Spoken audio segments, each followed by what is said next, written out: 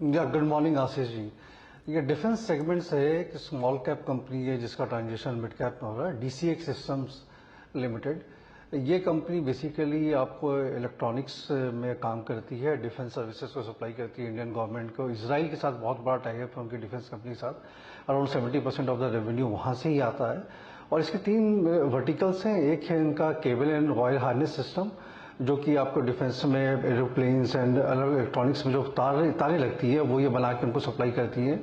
दूसरा इनका system integration का एक काम है, जहां पर ये जितनी भी PCB है, प्रिंटेड सर्किट बोर्ड्स है, उनका ये टेस्टिंग एंड असेंबली करके सप्लाई करती है। और थर्ड काम जो है इनका किटिंग का है, जो कि assembly testing and quality control को कैटर करती है। तो असेंबली जो किटिंग है और जो इनका वायर हार्नेस का काम है वो 7-8% ऑफ द रेवेन्यू है।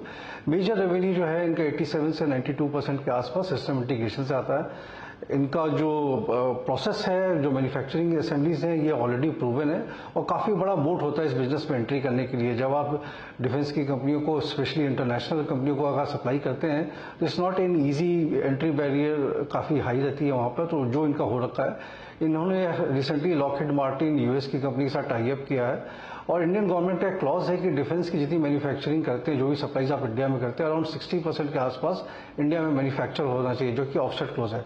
उसका एक बड़ा एडवांटेज कंपनी को मिलना चाहिए।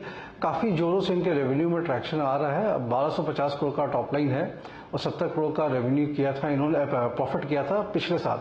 हम लोग का अनुमान है कि भाई FY26 2 साल में ये 1250 करोड़ वाला अराउंड 2000 करोड़ के आसपास का टॉप लाइन आ जाएगा, रेवेन्यू के आसपास आ जाएगा और 122 करोड़ के आसपास प्रॉफिटेबिलिटी आनी चाहिए।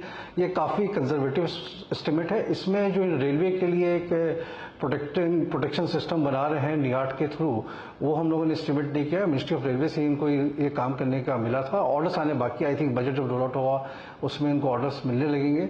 सो बेहतरीन विकल्प लगता है मुझे एक छोटे मझोले डिफेंस कंपनी को।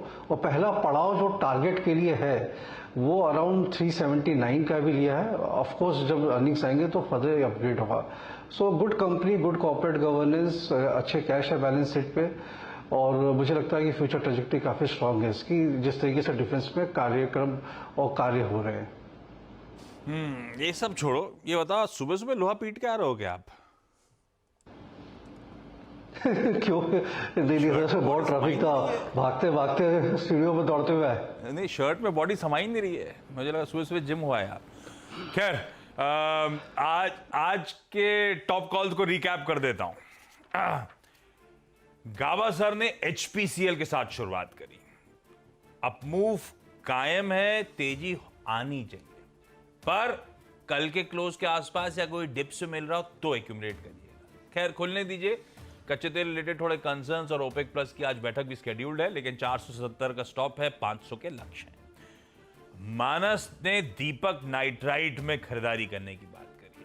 एवरेजेस को शायद रीगेन करा है, बाउंस बैक मिलेगा। 2164 का स्टॉप, 2275 के लक्ष्य कैश में, और वायदा में चाहे तो 2200 का कॉल भी खरीद सकते हैं। सतपुते साहब को टाटा कंज्यूमर प्रोडक्ट्स पसंद आ रहा है, बाय ऑन डिप्स रखिए, 1100 का स्टॉप लगाइए।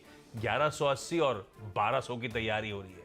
अमित सेठ साहब ने, इनको पसंद तो टाटा कंज्यूमर पहला था, वो अपन के पास स्टॉप कॉल में ऑलरेडी आ गया। दूसरा preferred idea NTPC, buy on dips, 339 का स्टॉप, 354 के लक्ष्य।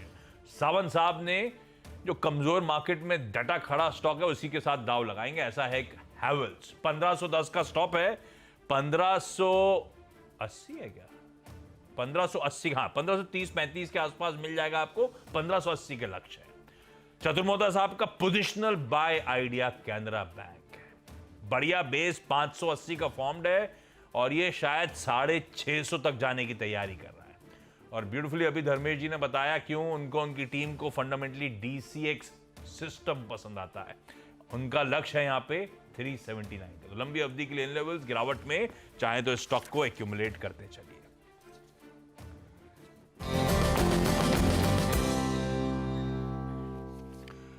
चलिए क्विकली आगे बढ़ेंगे। आज के सारे स्टॉक्स न्यूज पे चर्चा करनी है, प्लस आज एक बड़ा सा 4000 करोड़ रुपए प्लस का IPO भी खुल रहा है, उस पर भी आएंगे। बता दें कि मनी कंट्रोल पर दिए गए विचार एक्सपर्ट्स के अपने निजी विचार होते हैं। वेबसाइट या मैनेजमेंट इसके लिए उत्तरदायी नहीं है। यूजर्स को मनी कंट्रोल की सलाह है कि कोई भी निवेश निर्णय लेने से पहले सर्टिफाइड एक्सपर्ट की सलाह लें।